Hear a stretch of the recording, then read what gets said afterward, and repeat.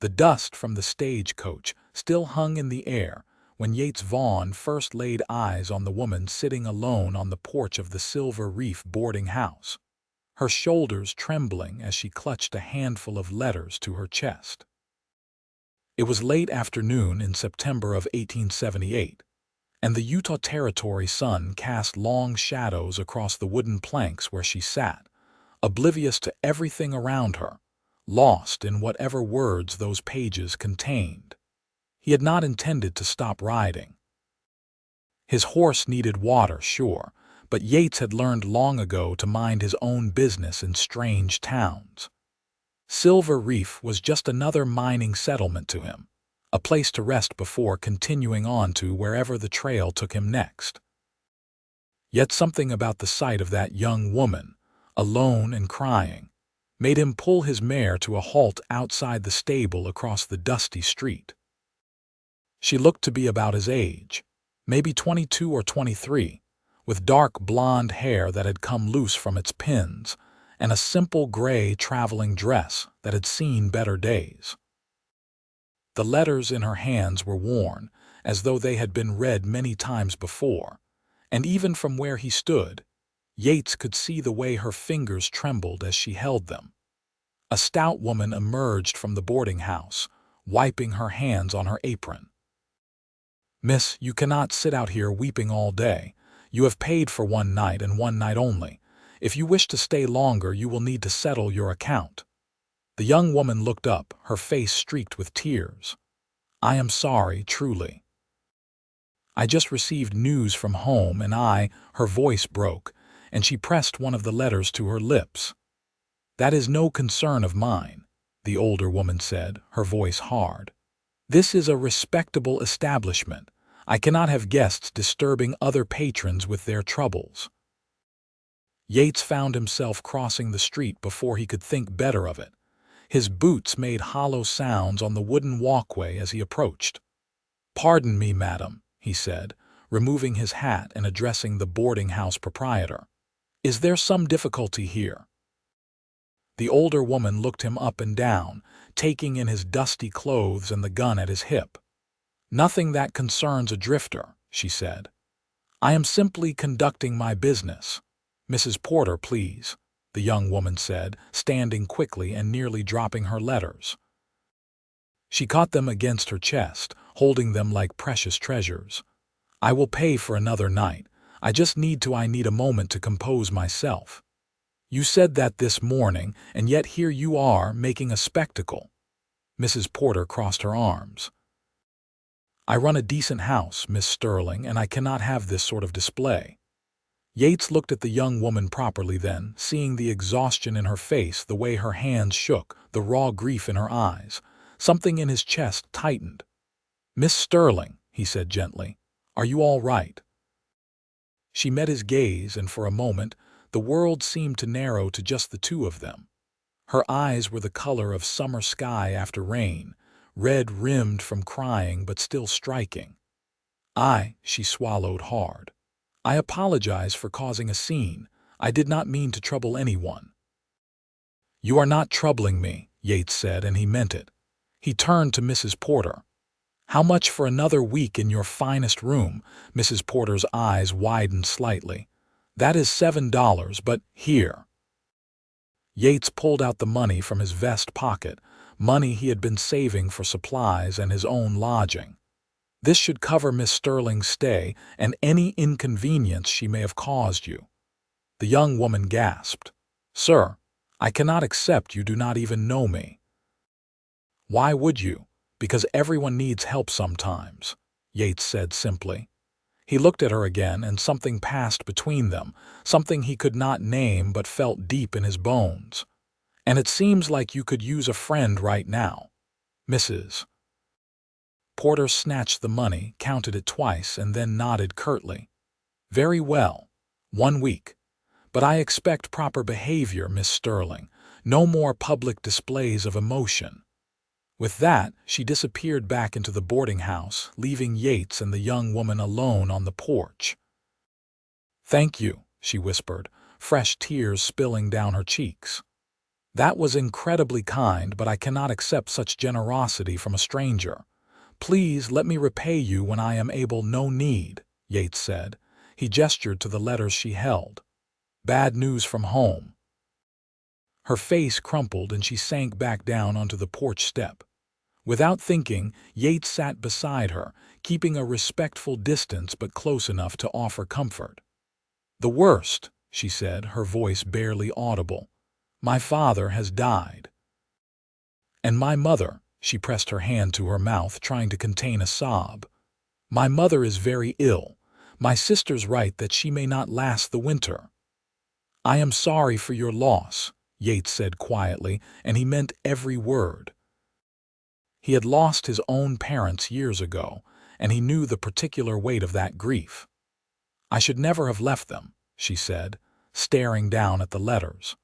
"I thought I was being so brave, coming west to make my own way, to teach at the mission school in Santa Fe. But then the school closed before I even arrived, and I have been trying to get home ever since. I took work where I could find it, saved every penny, but it has taken so long. And now," her voice broke, "now my father is gone and I never got to say goodbye. I never got to tell him I was sorry for leaving." Yates wanted to reach out and take her hand but kept his own clasped firmly in his lap. "Where is home?" he asked instead. "A small town called Cooper's Creek in Missouri," she said. "It would take weeks to get back there, and I do not have the funds for passage. I have been stuck here in Silver Reef for 3 days, trying to figure out what to do." She looked at him then, really looked at him, and he felt the full force of her attention like a physical thing. "Why did you help me? You do not know me at all." Yates considered the question. He was not a man given to impulsive acts of charity. He had learned to keep to himself, to trust carefully, to protect the little he had. But something about this woman called to him, to some part of himself he had thought long buried. "I do not know," he admitted. "I suppose I just could not walk away." "What is your name?" she asked. "Yates Vaughn," he said. "Most people just call me Yates." "Penelope Sterling," she replied. "My friends call me Penny, but I have not felt much like a bright penny lately." She attempted a smile, but it wobbled at the edges. "Well, Miss Penny," Yates said, "why do not we get you some supper? You look like you have not eaten properly in days."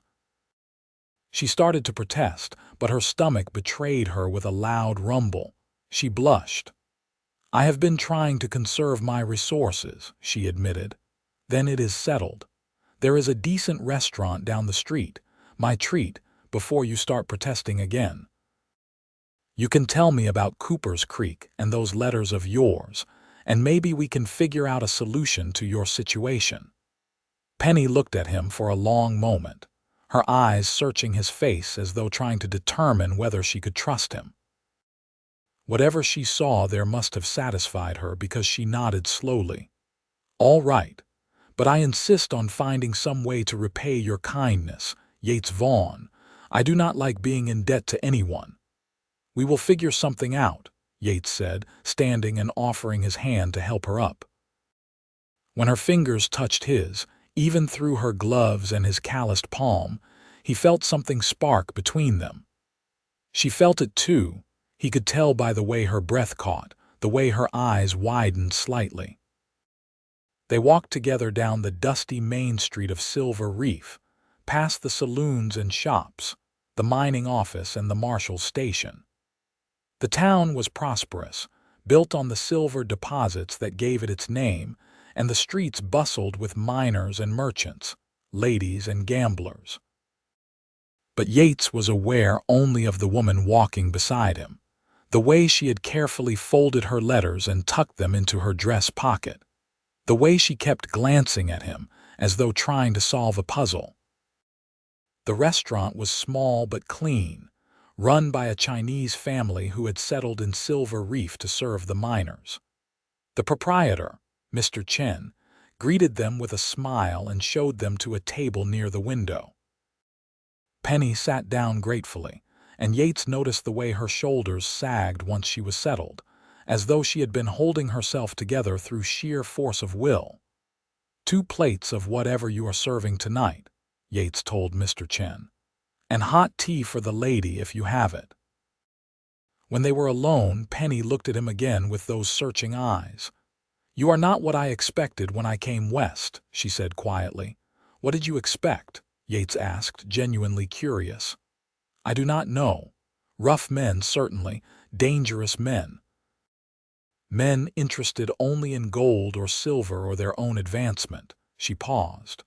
"Not someone who would spend his own money to help a crying stranger." "Maybe I am all those things too," Yates said. "Maybe I just have not shown you that side yet." "I do not think so," Penny said. "I have always been good at reading people. It is why I wanted to be a teacher. And you, Yates Vaughn, are a good man trying to pretend you are not." Her words struck something deep inside him, and he found himself smiling despite himself. "That is quite an assessment based on half an hour's acquaintance." "Sometimes you just know," Penny said. Then she pulled out her letters again, smoothing them on the table. "Would you like to hear about my family, or would that be too dreary?" "I would like to hear anything you want to tell me," Yates said, and he meant it. So Penny began to talk, and as Mr. Chen brought them plates of steaming noodles and vegetables, roasted chicken and fragrant rice, she told him about growing up in Cooper's Creek. She spoke of her father, a farmer who had worked the land his whole life, who had encouraged her dreams of teaching even when the other townspeople thought it strange for a girl to have such ambitions. She told him about her mother, who made the most beautiful quilts and could sing like an angel, who had cried when Penny left but had given her blessing nonetheless. There were 3 younger sisters, she said, all still at home, all depending on their mother. "When the mission school in Santa Fe closed, I took work as a seamstress in Albuquerque," Penny continued. "Then I cleaned rooms at a hotel in Colorado Springs, anything to earn money for passage home. I was so close, Yates. I had almost enough saved. And then my bag was stolen in Denver with every cent I had earned." She blinked back tears. "I had to start over again. I took work here in Silver Reef, helping Mrs. Porter with her cleaning, but she only paid me $1 a week, and it has taken so long to save anything." "How much do you need for passage home?" Yates asked. "At least $30 for the stage coach and train fare," Penny said. "It is a fortune I do not have." Yates was quiet for a moment, calculating. He had maybe $50 to his name, money earned from months of working cattle drives and odd jobs. It was supposed to see him through the winter, to get him to California, where he had heard there was work on a ranch. But looking at Penny's face, at the hope and despair warring in her expression, he knew what he had to do. "I will take you home," he said. Penny's eyes widened. "What? No, I could not possibly. I have a horse and supplies." "We could make it to Missouri in maybe 3 weeks if we ride hard and catch a train where the rails run. I will get you home to your mother, Penny Sterling." "But why?" she whispered. "You do not owe me anything. You have already been more generous than I could have hoped for." Yates leaned forward, his eyes serious. "Because I know what it is like to lose people you love and not get to say goodbye. Because I can see how much this is tearing you apart. And because," he paused, not quite sure how to put into words the pull he felt toward this woman he had just met. "Because maybe this is what I am supposed to do. Maybe this is why I ended up in Silver Reef today instead of riding on like I planned." Tears streamed down Penny's face, but she was smiling through them. "I do not deserve such kindness." "Everyone deserves kindness," Yates said. "You just have to find the right person to give it." They finished their meal in companionable silence, and then Yates walked Penny back to the boarding house. At the door, she turned to him, her face illuminated by the lamp Mrs. Porter had hung on the porch. "When would we leave?" she asked. "Tomorrow morning at first light," Yates said. "Pack light, only what you absolutely need. We will be traveling fast." Penny nodded, then did something that surprised them both. She reached out and took his hand, squeezing it gently. "Thank you, Yates. I do not know how I will ever repay you, but I promise I will find a way." "Just get home to your mother," Yates said. "That will be payment enough." But as he walked away to find his own lodging for the night, Yates knew he was lying to himself. He wanted more from Penny Sterling than just her gratitude, though he could not yet name what that more might be. All he knew was that tomorrow he would be starting a journey that would change everything, and somehow that thought did not frighten him the way it should have.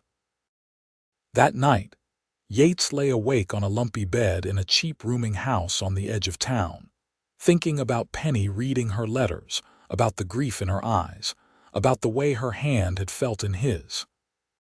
He had spent the last 5 years drifting from town to town, never putting down roots, never letting anyone get too close. After his parents died in a house fire when he was 18, he had lost his taste for permanence, for the vulnerability that came with caring about places and people. But something about Penny made him want to try again, to believe that maybe home was not a place but a person, and that maybe he had finally found his.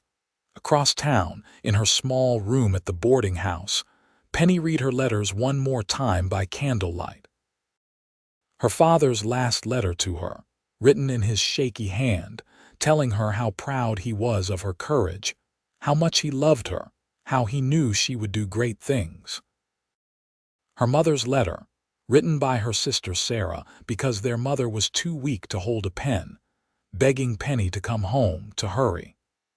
Her other sister's letters, full of fear and grief and the desperate hope that somehow Penny could make everything right again. She pressed the letters to her heart and thought about Yates Vaughn, this stranger who had appeared like an answer to a prayer she had not known how to pray. There was something about him, something solid and trustworthy and real. When he looked at her, she felt seen in a way she had not felt in a long time, maybe ever. It was terrifying and exhilarating all at once. "Please, God," she whispered into the darkness. "Please let us make it in time. Please let my mother hold on long enough for me to say goodbye.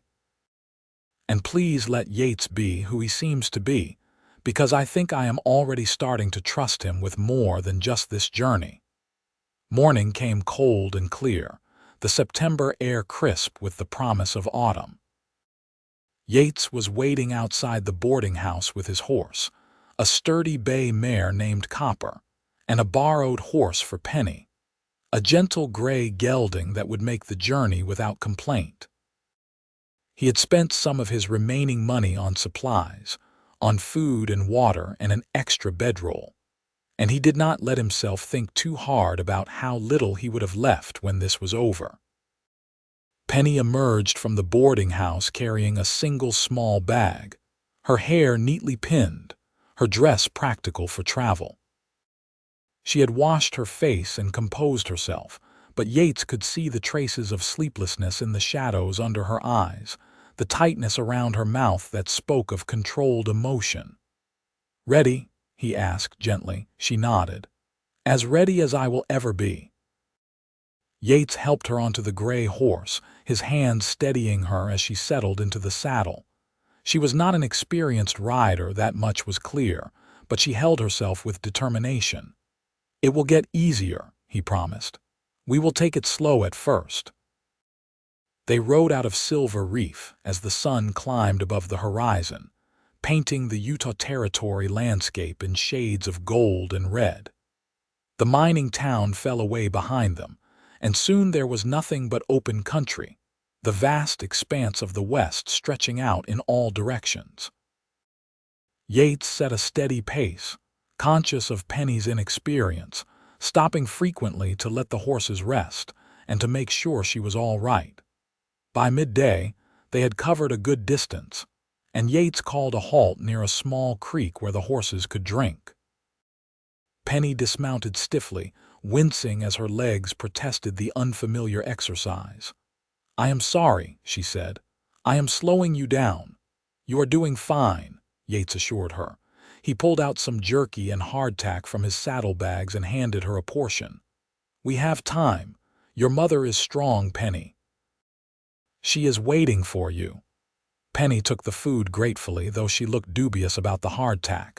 How do you know she is strong? You have never met her. Because she raised you, Yates said simply. And you are one of the strongest people I have ever met. Penny blinked at him, surprise crossing her face. We only just met yesterday. How can you possibly think that? Yates sat down beside her on a flat rock, close enough that their shoulders almost touched. Because you left everything you knew to chase a dream. Because when that dream fell apart, you did not give up. You worked, you saved, you kept trying. Because even when everything seems hopeless, you are still fighting to get home. That takes strength, Penny Sterling, more strength than most people have. She was quiet for a long moment, staring out at the creek. Then she said softly, I do not feel strong. I feel like I am breaking apart. Then let me be strong for both of us, Yates said, just for a while, until you can put yourself back together. Penny turned to look at him, and in the bright daylight, he could see every detail of her face, every freckle, every line of worry and grief. Why are you really doing this, Yates? And do not tell me it is just because you are a kind person. There has to be more to it than that. Yates considered lying or deflecting or making some joke to lighten the moment. But Penny deserved the truth, even if he did not fully understand it himself. I think, he said slowly, that I have been drifting for a long time, going from place to place, never really belonging anywhere. And then I saw you yesterday, sitting there with your letters, and something inside me just knew. I knew that helping you was important, maybe the most important thing I have ever done. I knew that if I rode away, I would regret it for the rest of my life. You felt that from just seeing me cry. Penny asked, but there was no skepticism in her voice, only wonder. Yes, Yates said, I know how it sounds, but yes. Penny reached out and took his hand, lacing her fingers through his. They fit together perfectly, her small hand in his larger one. I felt something too, she admitted. When you sat down beside me on that porch. Like maybe you were the answer to something I did not know I was asking for. They sat there by the creek, holding hands, and for the first time in days, Penny felt a small measure of peace. The road ahead was still long and uncertain, but she was not facing it alone anymore. They rode through the afternoon and into the evening, finally making camp as the sun set behind the mountains. Yates built a small fire and heated some beans and coffee, while Penny tried to stretch out her aching muscles. He had spread out both bedrolls on opposite sides of the fire, maintaining propriety, but as the night grew colder and darker, the distance between them felt both necessary and somehow wrong. Tell me about yourself, Penny said as they ate their simple supper. You know all about my family, but I do not know anything about you. Yates poked at the fire with a stick, watching the sparks rise into the night sky. Not much to tell. I grew up in Wyoming on a small ranch with my parents. They died when I was 18. The house caught fire in the middle of winter. I tried to keep the ranch going for a while, but my heart was not in it. So I sold it and started traveling, working where I could find work. Been doing that for 5 years now. Do you have any siblings? Any other family? Penny asked. No siblings. My father had a brother somewhere in Texas, but we lost touch years ago. I am alone in the world, I suppose. It is easier that way, or at least I always told myself it was. Penny heard the loneliness beneath his words, the way he tried to make it sound like a choice rather than a wound. I cannot imagine being completely alone, she said. Even when I was farthest from home, I always had my letters. My sisters write to me every week, telling me about everything happening in Cooper's Creek. It is like I am still part of their lives, even from so far away. That sounds nice, Yates said, and he meant it. "What are your sisters like?" Penny's face lit up.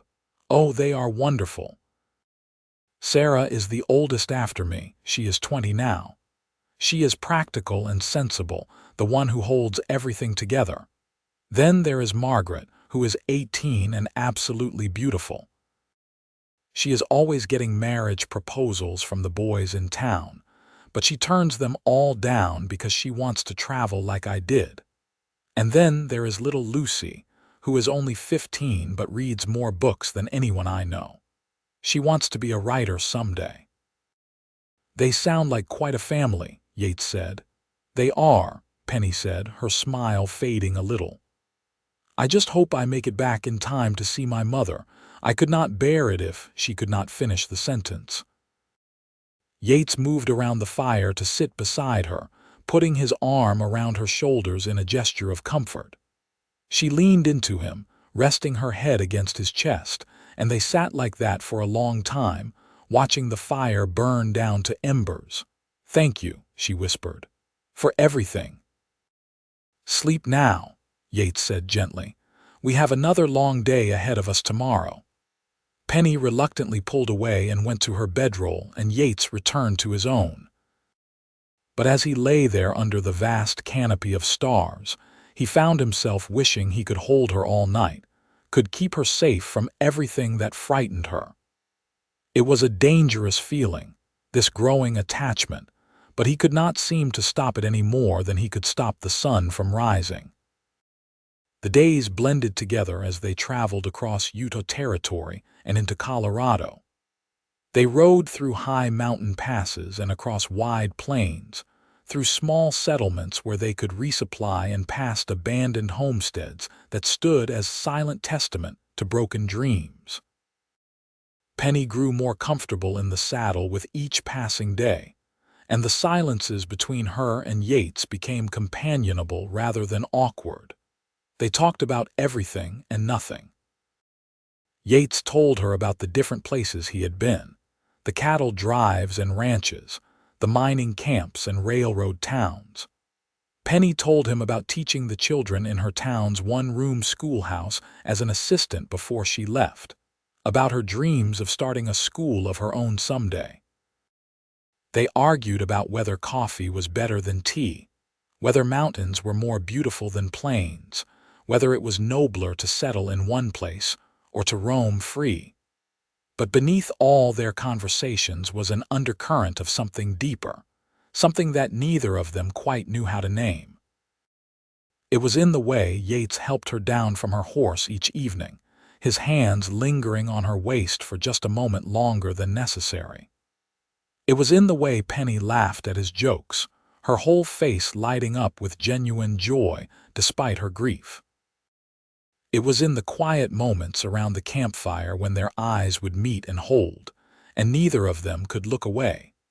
They had been traveling for just over a week when they reached a small town in eastern Colorado where the railroad ran. Yates had been planning their route carefully, and he had calculated that catching a train here would cut days off their journey.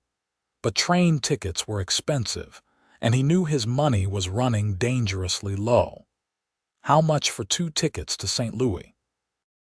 He asked the clerk at the station, a thin man with wire-rimmed spectacles. $25, the clerk replied. Train leaves tomorrow morning at 7. Yates did some quick mental arithmetic. He had just enough, but it would leave him nearly penniless. Still, it would get Penny home faster, and that was all that mattered. "We will take them," he said, pulling out his money. Penny, standing beside him, grabbed his arm. "Yates, no, that is too much. We can keep riding, it is fine, it will save us at least a week," Yates said firmly. "Your mother does not have a week to spare." Penny's eyes filled with tears, but she nodded. She understood the logic, even if it made her feel guilty to accept yet another sacrifice from this man who had already given her so much. They spent the night in a cheap hotel, in separate rooms as propriety demanded, though Yates found himself wishing things were different. He lay awake thinking about the next few days, about what would happen when they reached Cooper's Creek, and he delivered Penny safely to her family. Would she still want him around? Or would she thank him politely and disappear back into her life, leaving him to drift alone again in her own room? Penny was having similar thoughts. She had known Yates for just over a week, but it felt like so much longer. She had never met anyone who made her feel so safe, so seen, so understood. When she imagined saying goodbye to him, her chest ached with something that felt suspiciously like heartbreak. But what could she offer him? She was going home to a mother who might be dying, to sisters who needed her, to a life that had no place for a wandering cowboy. Unless, a small voice in her head whispered, unless she could convince him to stay. The train ride was an adventure in itself. Neither Yates nor Penny had much experience with trains, and they marveled at the speed, the way the landscape rushed past the windows in a blur of color and motion. They sat side by side, their shoulders pressed together in the crowded passenger car, and Penny found herself memorizing every detail of the moment. The soot smell from the engine, the clickety-clack of the wheels on the rails, the warmth of Yates beside her. "What will you do?" she asked him as they crossed into Kansas. "After you get me home, I mean, where will you go?" Yates looked out the window at the passing prairie. "I do not know," he admitted. "I was headed to California before I met you, heard there was work on a big ranch out there. But that does not seem so important anymore." "What does seem important?" Penny asked, her heart beating faster. Yates turned to look at her, his green eyes serious. "You," he said simply, "making sure you are all right, being wherever you are." Penny's breath caught. "Yates, I know it is too soon," he said quickly. "I know we have only known each other for a week and a half. I know I have no right to feel the way I do. But Penny, I cannot imagine just leaving you in Missouri and riding away. I cannot imagine not seeing your smile every day, not hearing your voice, not knowing whether you are happy or sad or—" "Then do not leave," Penny interrupted, her voice fierce. "Stay in Cooper's Creek. There is always work for someone willing to do it. You could find something, I know you could." "And we could," she paused, suddenly shy. "We could see where this goes, whatever this is between us." "You want me to stay?" Yates asked, hardly daring to believe it. "I want you to stay," Penny confirmed. She took his hand, not caring who saw them. "I have spent this whole journey trying not to fall in love with you, Yates Vaughn. I told myself it was too fast, too improbable, that I had too much grief in my heart to make room for anything else. But the truth is, I think I started falling for you the moment you sat down beside me on that porch. And I do not want to lose you just when I have found you." Yates felt something break open in his chest, something that had been locked away for years. "I have been in love with you since you told me about your letters," he confessed. "Maybe even before that. You are the home I have been looking for, Penny. I just did not know it until now." Right there in the passenger car, with a dozen other travelers around them, Yates leaned in and kissed her. It was gentle and sweet and full of promise, and when they finally pulled apart, Penny was crying, but these were happy tears. "We are going to be all right," she whispered.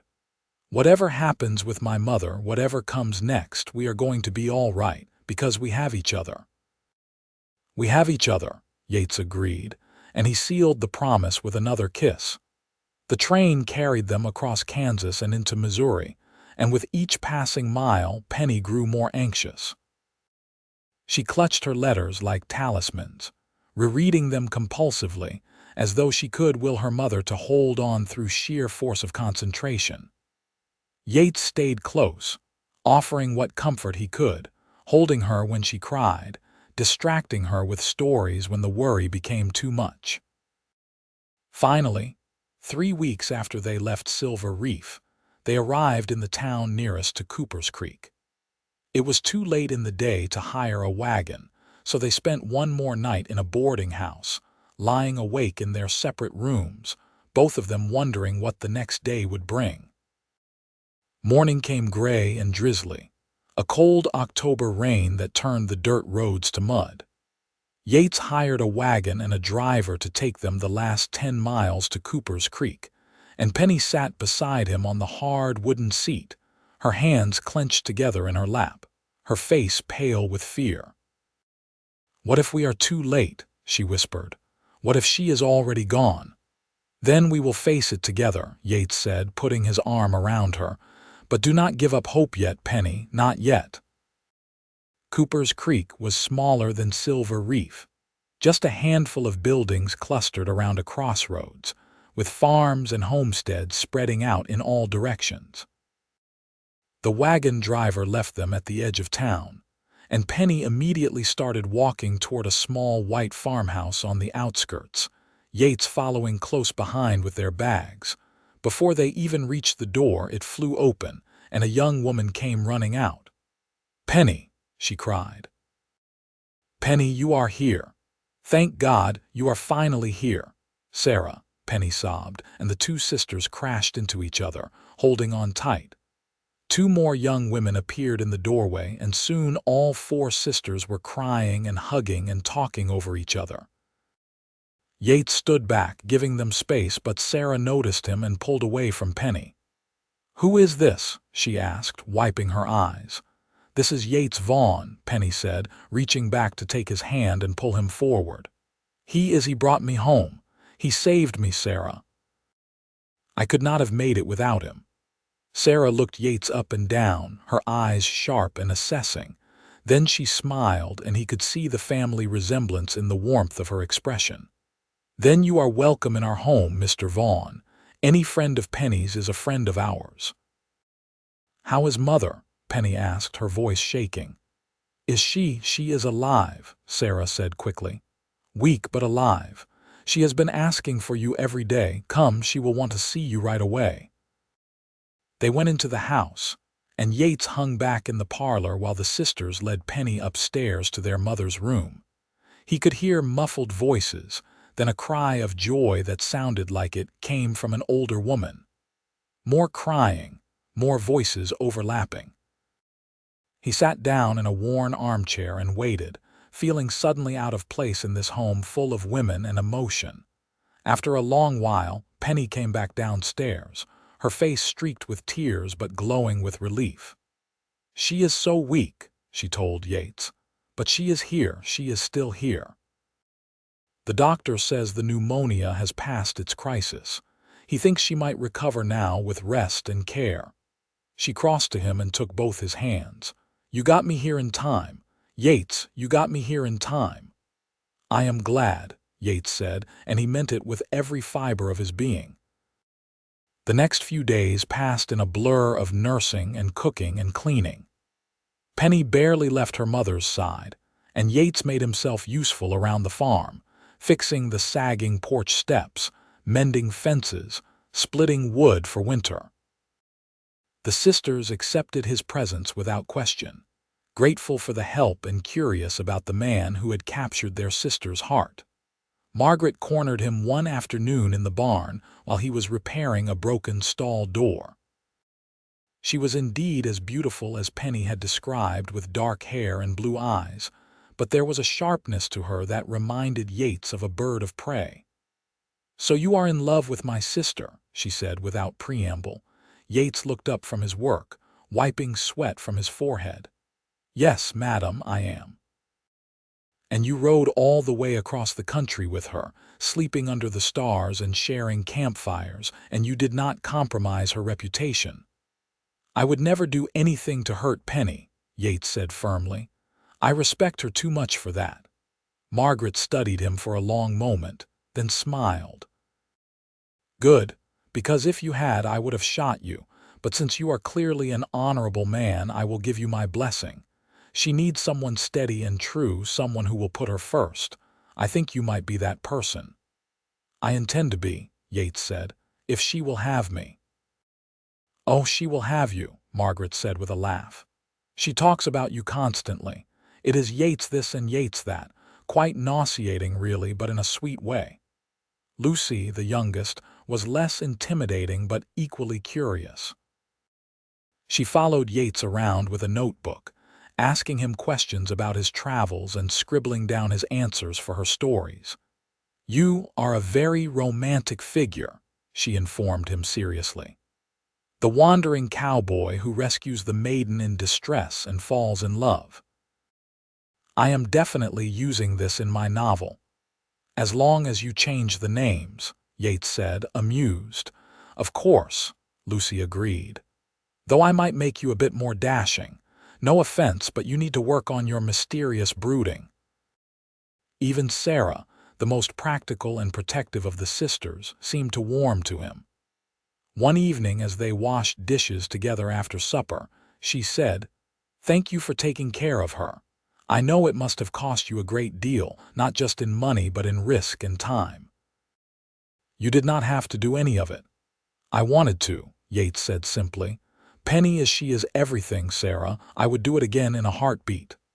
"I can see that," Sarah said. "And I can see how she looks at you. Just promise me you will not break her heart. She has had enough pain for one lifetime." "I promise," Yates said. "I want to spend the rest of my life making her happy, if she will let me." A week after their arrival in Cooper's Creek, Penny's mother was strong enough to sit up in bed and take solid food. The doctor declared himself cautiously optimistic about her recovery, and the entire household seemed to breathe a collective sigh of relief. That evening, Penny finally had time to be alone with Yates, and they went for a walk down the lane that led away from the farmhouse. The October evening was cool and clear, the leaves on the trees turning gold and red. They walked hand in hand, not speaking at first, just being together. Finally, Penny said, "I have been so focused on my mother that I have not had a chance to talk to you properly. Are you all right?" "Have my sisters been driving you mad?" Yates laughed. "They are wonderful, intense but wonderful. You can tell they love you very much." "They like you," Penny said. "Margaret told me she thinks you are noble. That is high praise from her. She usually thinks every man is an idiot." "I am honored," Yates said with mock solemnity, and Penny laughed, the sound bright in the gathering dusk. They reached a large oak tree at the edge of the property, and Yates stopped, turning to face her. "Penny, I need to ask you something." "What is it?" she asked, her heart suddenly racing. "I know we have not known each other long," Yates began. "I know there is a lot we still have to learn about each other, but I also know with absolute certainty that I want to spend the rest of my life with you. You are my home, Penny Sterling.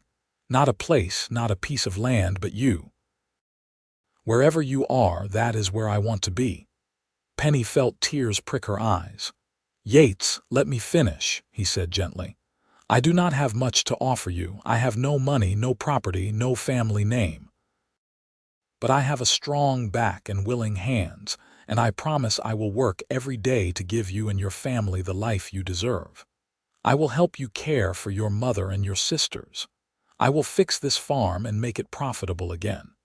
I will be whatever you need me to be." He took both her hands in his. "Penelope Sterling, will you marry me?" Penny did not even have to think about it. "Yes," she said, throwing her arms around his neck. "Yes, yes, 1,000 times yes. I love you, Yates Vaughn. I love you so much." He kissed her then, long and deep and full of joy, and when they finally broke apart, they were both grinning like fools.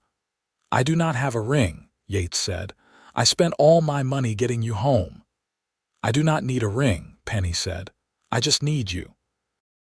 They walked back to the house hand in hand, and when they told the family the news, there was general rejoicing. Sarah hugged Yates and welcomed him officially to the family.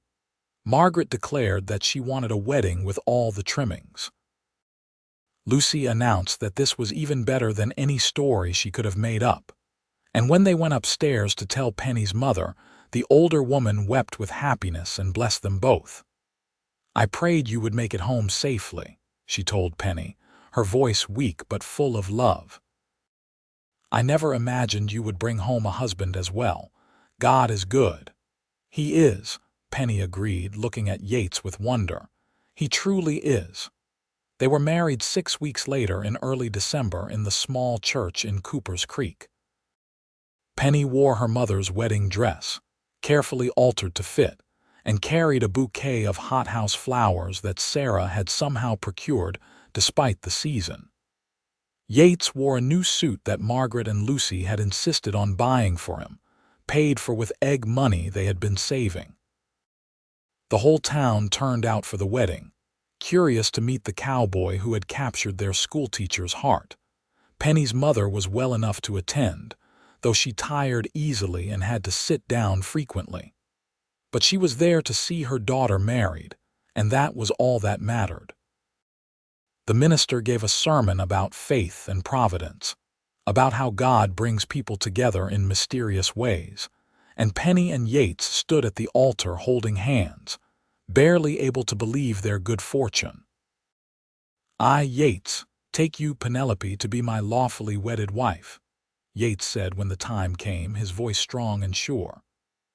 "To have and to hold from this day forward, for better, for worse, for richer, for poorer, in sickness and in health, to love and to cherish, till death do us part. I, Penelope, take you, Yates, to be my lawfully wedded husband," Penny said, her eyes shining with tears.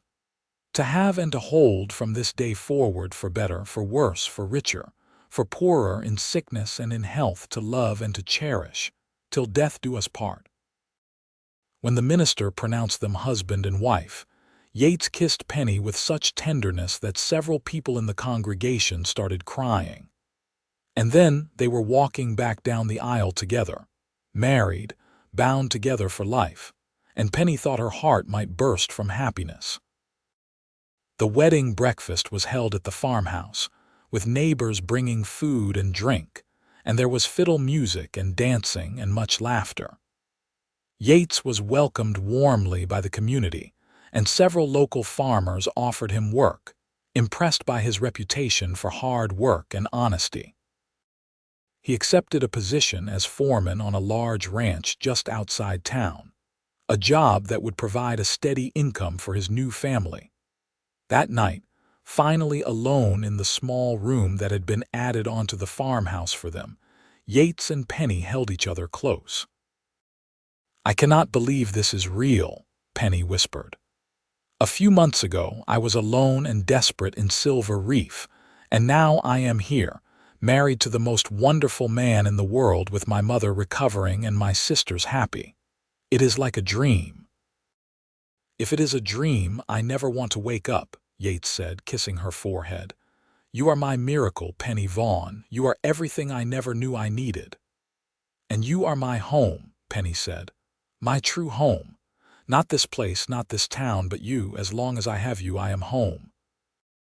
They made love for the first time that night, tender and gentle and full of wonder, discovering each other in the warm darkness of their marriage bed. And afterward, wrapped in each other's arms, they talked about the future, about the life they would build together, about the children they hoped to have someday. The winter passed peacefully in Cooper's Creek.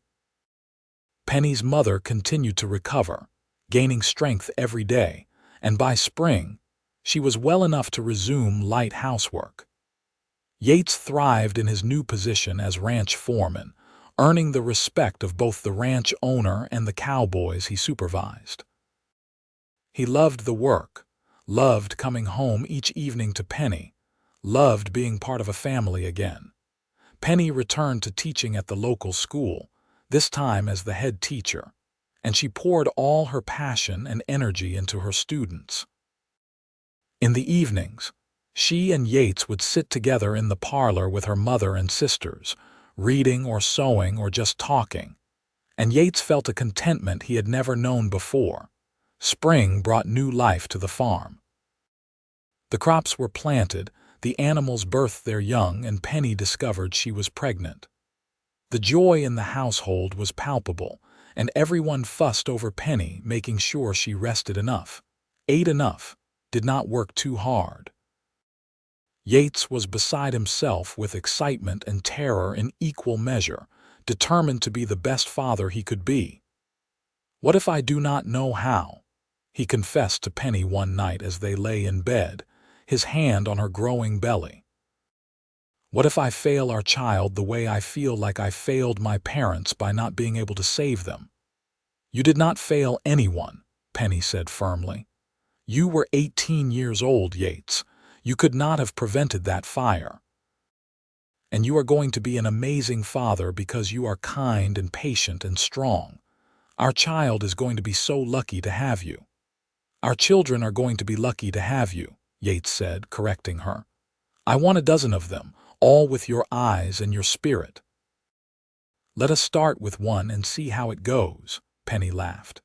"But yes, I want a house full of children. I want noise and chaos and love everywhere." Their first child, a son, was born in early January of 1880 in the middle of a snowstorm. The birth was long and difficult, and Yates paced the floor downstairs while Sarah and the midwife attended Penny, terrified that something would go wrong.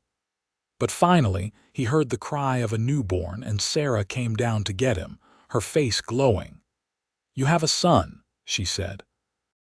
"A healthy, perfect son. And Penny is tired but doing well."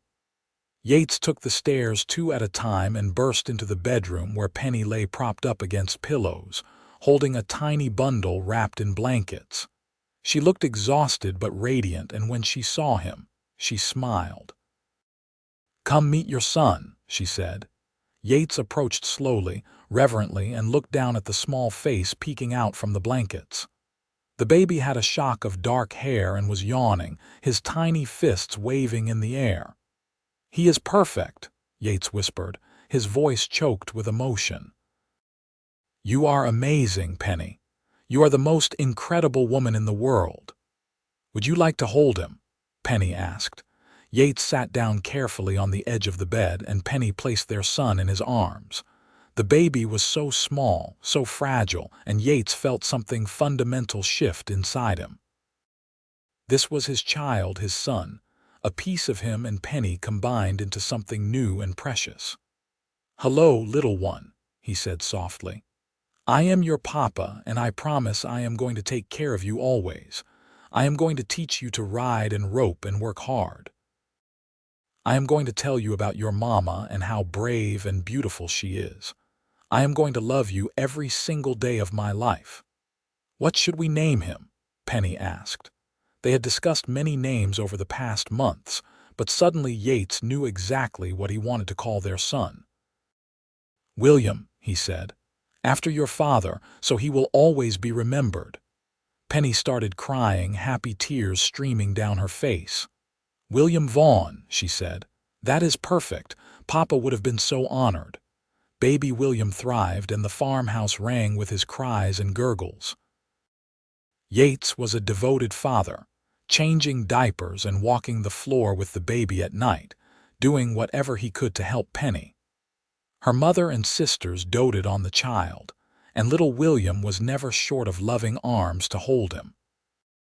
As William grew into a toddler, Yates and Penny continued to build their life together.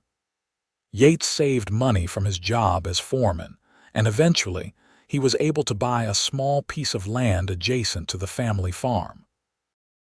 He built a house there with his own hands, a simple but sturdy structure with 3 bedrooms and a wide porch, and when it was finished, he carried Penny across the threshold, both of them laughing. "Our own home," Penny marveled, looking around at the empty rooms. "I cannot believe it is real." "We will fill it with furniture and children and laughter," Yates promised. "This is just the beginning." And he was right. Over the next few years, their family grew. A daughter, Mary, was born in 1882, with her mother's blonde hair and her father's green eyes. Another son, James, arrived in 1884, loud and energetic from the moment he entered the world. Penny had to give up teaching to care for their growing family, but she did not mind. She loved being a mother, loved watching her children explore and learn and grow. Yates continued to work as foreman at the ranch, but he also built up their small farm, raising cattle and horses, growing crops. It was hard work, but he thrived on it, coming home each evening to the happy chaos of children and the loving welcome of his wife. On Sundays, the whole family would go to church together, and afterward they would have dinner at the main farmhouse with Penny's mother and sisters. Sarah had married a local merchant in 1881, and they lived in town with their 2 children. Margaret, true to her independent nature, had gone east to Boston to attend a women's college, much to everyone's surprise, though she came home for visits and wrote long letters about her adventures. Lucy was working as a journalist for a newspaper in Kansas City, having sold her first story when she was just 17. But they all gathered regularly at the family farm, maintaining the close bonds they had always shared. Penny's mother lived to see all her grandchildren born, and she passed away peacefully in her sleep in the spring of 1887, content in the knowledge that her daughters were all happy and settled. The family mourned her loss, but they celebrated her life, remembering her strength and love. One evening in the summer of 1888, Yates and Penny sat on the porch of their home, watching their children play in the yard. William was 8 now, a serious boy who loved to read and help his father with the animals. Mary was 6, a sweet child who followed her mother everywhere, already learning to cook and sew. James was 4, a whirlwind of energy who kept everyone on their toes. "You ever think about that day in Silver Reef?" Penny asked, leaning against Yates's shoulder. "When you found me reading my letters, I think about it all the time," Yates admitted. "It was the day my real life started. Everything before that was just waiting." "I was so lost," Penny said softly, "so heartbroken and scared. And then you sat down beside me, and suddenly everything felt possible again." "You were reading letters from home," Yates said, "but you did not know yet that I was the home you had been seeking all along." Penny looked up at him, her eyes filled with love. "And I did not know that you were seeking the same thing. We found each other, Yates. Against all odds, in the middle of nowhere, we found each other." "Best decision I ever made," Yates said, kissing her gently, "stopping in Silver Reef that day. Sitting down beside a crying woman who captured my heart in an instant." "Best thing I ever did was trust you," Penny said. "Letting you take me home, even though I did not know you. I could have said no, could have refused your help.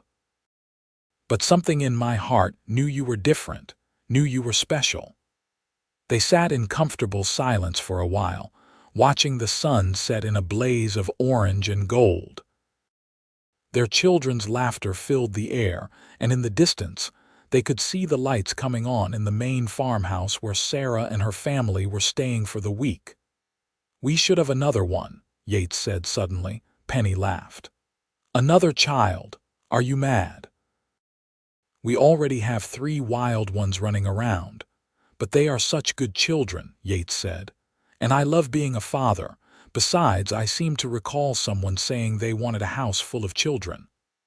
"I did say that," Penny admitted. "All right, maybe one more. But that is it, Yates Vaughn. 4 is enough." "4 is perfect," Yates agreed, though they both knew he would probably try to convince her to have a 5th when the time came. Their 4th child, a daughter they named Alice, was born in the spring of 1889. She had dark curly hair and a loud cry, and from the moment she arrived, she had her father wrapped around her little finger. Yates had always loved all his children equally, but there was something about Alice that melted his heart completely. Perhaps it was because she reminded him so much of Penny, with her determined spirit and bright smile. As the years passed, Yates and Penny watched their children grow and change. William proved to be an excellent student, and Penny taught him herself at home when the local school could not keep up with his quick mind. Mary inherited her mother's love of teaching and often helped with the younger children's lessons. James turned out to have a gift with animals, able to gentle even the wildest horse, and Yates spent hours with him in the barn, teaching him everything he knew about ranching. Alice was the baby, spoiled by everyone, but somehow remaining sweet-natured and kind. In 1895, when William was 15, he announced that he wanted to go to college. It would be expensive, and it would mean being away from the family, but Yates and Penny were determined to support his dreams. They had been saving money for years, and they had enough to send him to a good school in Kansas City. The day they saw William off at the train station was bittersweet. Penny cried, and even Yates had to wipe his eyes, though he tried to hide it. But they were proud, so proud, of the young man their son had become. "You are going to do great things," Yates told William as they stood on the platform. "Your mother and I believe in you." "I will make you proud," William promised, "and I will come home as often as I can." "We are already proud," Penny said, hugging him tightly. "We have been proud since the day you were born." As the train pulled away, carrying their eldest child off to his future, Yates put his arm around Penny. "Our baby is growing up," he said. "They all are," Penny said. "But we still have 3 more at home to keep us busy." Indeed, they did. Mary was 13 now, on the cusp of young womanhood, and already attracting attention from the boys in town, much to Yates's consternation. James was 11, all long limbs and awkward energy, but showing signs of the man he would become. And Alice, at 6, was still their baby, though she hated being called that. The years continued to pass in a blur of seasons and harvests, of birthdays and holidays, of small triumphs and occasional setbacks. The ranch Yates worked for prospered, and he was made a partner in 1898, giving him a share of the profits and more security for his family. Their own small farm grew as well, and they hired help during busy seasons, always remembering what it was like to struggle and treating their workers fairly. In 1900, William graduated from college with honors and returned to Cooper's Creek to practice law. He married a lovely young woman named Catherine that same year, and Yates and Penny celebrated their first child's wedding with joy and a few tears. Mary announced her engagement to a schoolteacher from a neighboring town in 1902, and Yates walked her down the aisle with pride, though he did threaten her new husband rather thoroughly about taking good care of his little girl. James, now 18, had no interest in college. He wanted to be a rancher like his father, and Yates could not have been more pleased. They worked side by side, building up their herd, buying more land, expanding their operation. James had inherited his father's work ethic and his mother's quick mind, and Yates knew the ranch would be in good hands when he was ready to pass it on. Alice, at 17, was still deciding what she wanted to do with her life. She was interested in everything, from medicine to art to politics, and Penny encouraged her to take her time figuring it out. There was no hurry, Penny told her. The world was full of possibilities. One evening in the late summer of 1905, Yates and Penny celebrated their 25th wedding anniversary. Their children and grandchildren gathered at the house, along with Sarah and her family, and even Margaret made the trip from Boston, where she now taught at the college she had once attended. Lucy came from Kansas City with her husband and children, and the house was full to bursting with people and noise and love. After dinner, Yates stood up and raised his glass. "I want to make a toast," he said, and the room quieted. 25 years ago, I was a drifter with no home, no family, no purpose. And then one day in Silver Reef, Utah Territory, I saw a woman sitting on a porch, reading letters from home and crying. I could have ridden past. I probably should have if I had any sense. But something made me stop, made me sit down beside her, made me offer help to a complete stranger. He looked at Penny, who was sitting beside him, tears already streaming down her face. That woman became my wife, my partner, the mother of my children, and the love of my life. She is my home, the place where my heart lives. Everything good in my life, everything I am proud of, comes from the decision I made that day to stop and sit beside her. Penny, my love, you have given me 25 years of happiness. You have given me 4 incredible children and now grandchildren to spoil. You have made me a better man than I ever thought I could be, and if I had it to do all over again, I would not change a single thing. He raised his glass higher. To my wife, Penelope Vaughn, the woman who taught me what home really means. To Penny. Everyone echoed, raising their glasses. Penny stood up, wiping her tears, and raised her own glass. And to Yates, she said, her voice shaking with emotion. The cowboy who became my home, my love, my everything. I was so lost when you found me, so broken and scared. But you put me back together with your kindness and your love. You gave up everything you had to get me home to my mother, and then you stayed and built a life with me here. You are the best husband, the best father, the best man I have ever known. I love you, Yates Vaughn, today and always. To Yates, everyone cheered. And then William stood up, followed by Mary and James and Alice, and they each shared their own memories and toasts, talking about the lessons their parents had taught them, the love they had seen modeled every day of their lives. There was not a dry eye in the room by the time they finished.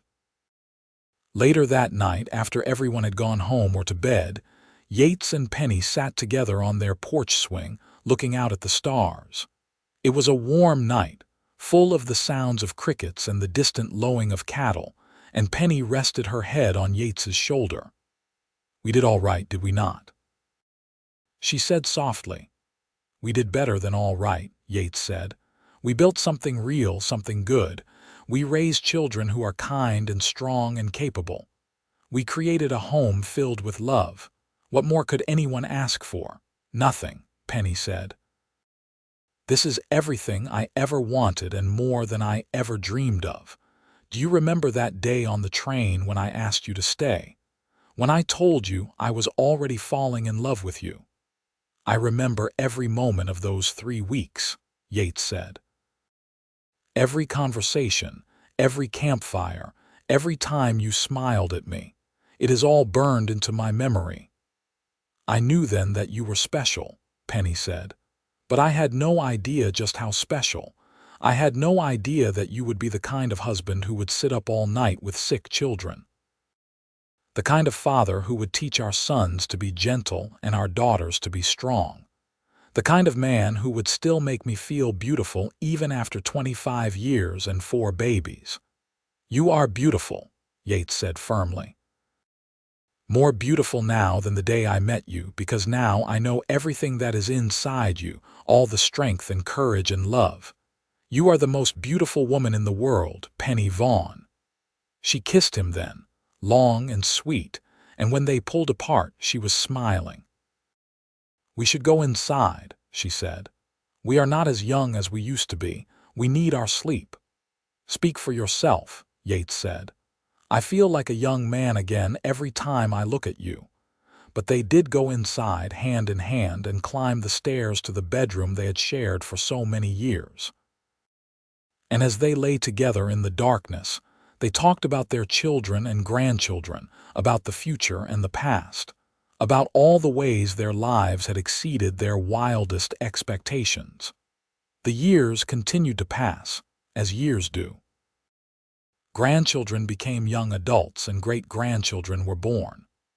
Yates and Penny grew older together, their hair turning gray, their steps slowing, but their love never wavering. They were fixtures in Cooper's Creek, the couple everyone pointed to as an example of what marriage should be.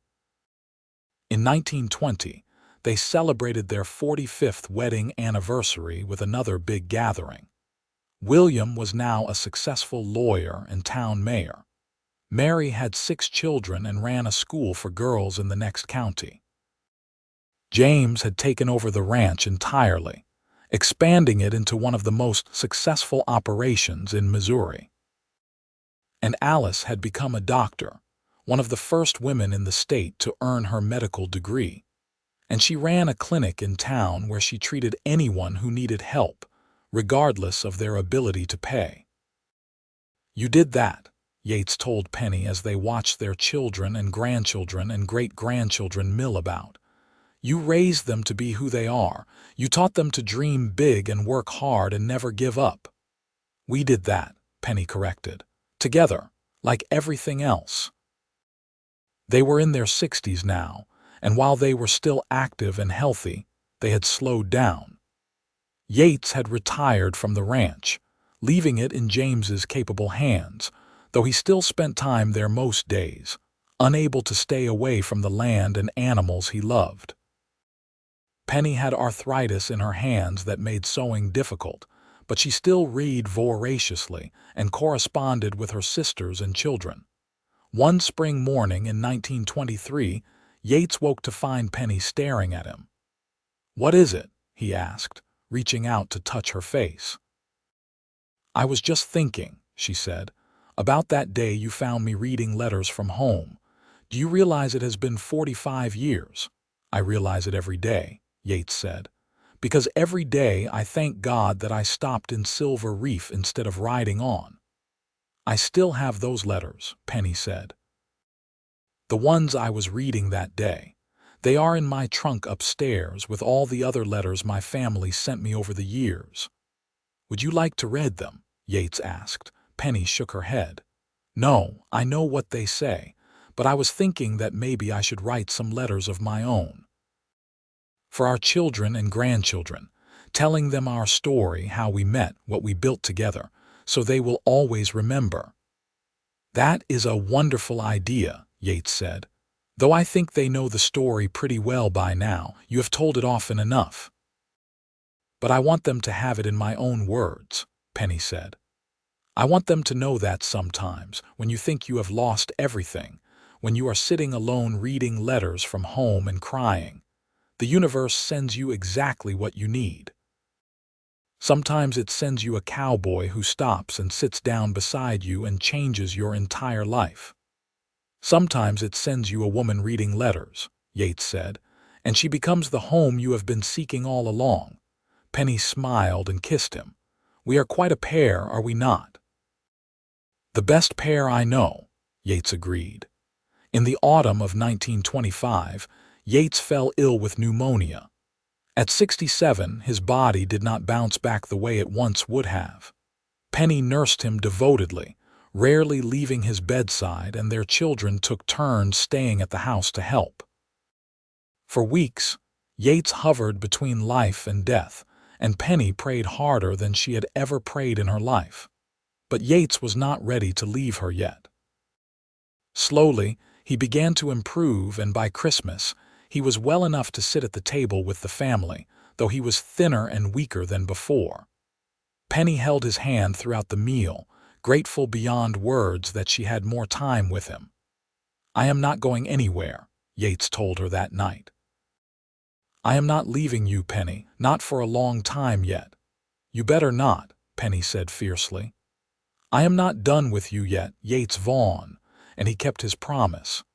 Yates recovered his strength and lived for another 20 years, healthy and active well into his 80s.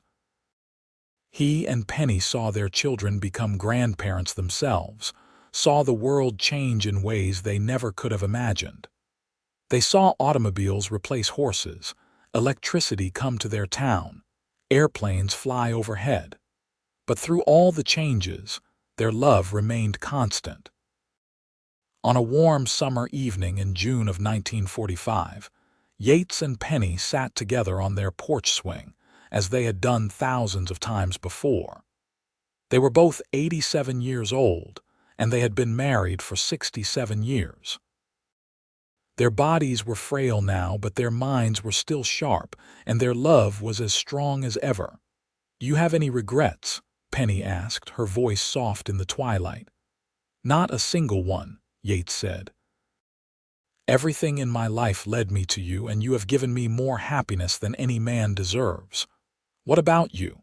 My only regret," Penny said, "is that we cannot do it all again. I would love to live this life with you 100 more times." "Maybe we will," Yates said, "in whatever comes next. Maybe we will find each other again and again in every lifetime." "I would like that," Penny said, leaning her head on his shoulder. They sat in silence as the stars came out one by one, and the night sounds of their farm rose around them. They were surrounded by family, by the life they had built, by the love that had sustained them through nearly 7 decades together. Yates Vaughn passed away peacefully in his sleep 2 months later, in August of 1945, with Penny holding his hand. She mourned him deeply, but took comfort in knowing that she had been blessed with a love most people only dreamed of, that she had spent nearly 70 years with the man who had become her everything. Penny lived for another 2 years, spending her final days surrounded by her children, grandchildren, and great-grandchildren, telling stories about Yates and their life together. She spoke often of that day in Silver Reef when a cowboy had stopped and sat down beside her while she read letters from home, when everything had changed in an instant. "He was my home," she would tell anyone who would listen. "Not Cooper's Creek, not Missouri, not this farm or this house. Yates was my home and I was his. We were each other's home, and that is the greatest gift 2 people can give each other." Penelope Vaughn passed away peacefully in her sleep in October of 1947, at the age of 89. She was buried beside Yates in the cemetery on the hill overlooking their farm, and their headstone reads simply, "Together always, home at last." Their children and grandchildren gathered at the farm after the funeral, and William, now 70 years old himself, stood up to speak. "Our parents had an extraordinary love," he said. "The kind of love that inspires songs and stories. But what made it truly special was not how dramatic their meeting was, or how romantic their courtship was. What made it special was how they chose each other every single day for 67 years. How they built a life together brick by brick, choice by choice, moment by moment. They showed all of us what real love looks like, what real commitment means. And their legacy lives on in all of us, in the values they taught us, in the example they set." Mary stood up next, tears streaming down her face. "Mama used to tell me that the best thing she ever did was trust Papa enough to let him help her. She said that moment of trust, of allowing herself to be vulnerable with a stranger, changed everything. And Papa would say that the best thing he ever did was stop and sit down beside a crying woman on a porch in Silver Reef. They both believed that their meeting was meant to be, that they had been brought together by something bigger than either of them. And seeing how they loved each other, how they created this beautiful family and this beautiful life, I believe it too." James spoke about his father's work ethic and integrity, about how Yates had taught him that real success was measured not in money or status but in the quality of your relationships and the good you did in the world. And Alice talked about her mother's strength and compassion, about how Penny had shown her that women could be anything they wanted to be if they had enough courage and determination.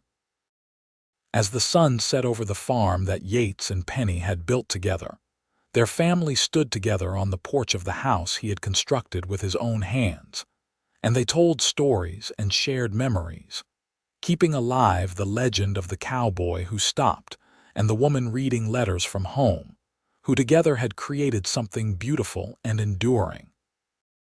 Years later, Lucy, who had become a renowned writer and historian, published a book telling the story of her sister and brother-in-law. It became a bestseller, touching hearts across the country with its tale of 2 lost souls who found each other in the vastness of the American West and built a love that lasted a lifetime.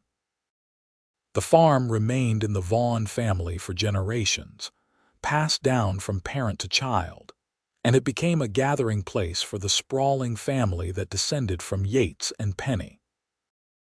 Every summer, they would come together for a reunion, and someone would always tell the story of how it all began, of that September day in 1878 when a drifting cowboy made the best decision of his life.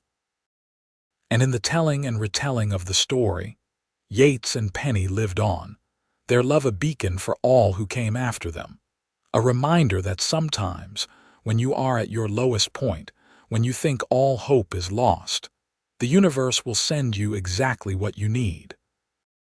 Sometimes it sends you someone who sees you, truly sees you, and decides to stop and sit beside you and change your life forever. Sometimes that person becomes your home, and you become theirs, and together you build something that lasts not just a lifetime but for generations. A love story that never really ends because it lives on in all the lives it touched, in all the hearts it inspired, in all the love it created. Yates had found Penny reading letters from home, and he had become the home she had been seeking. But the truth was, they had both been seeking, both been lost, both been longing for something they could not name. And in finding each other, they had found everything they needed, everything they had ever wanted, everything that made life worth living.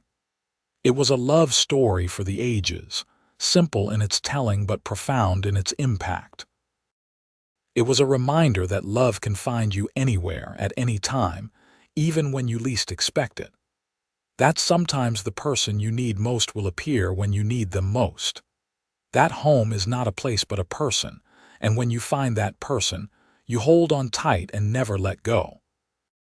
And so the story of Yates Vaughn and Penelope Sterling lived on, passed down through generations, inspiring others to take chances on love, to trust in fate, to believe that somewhere out there was someone who would become their home, just as Yates and Penny had become home for each other.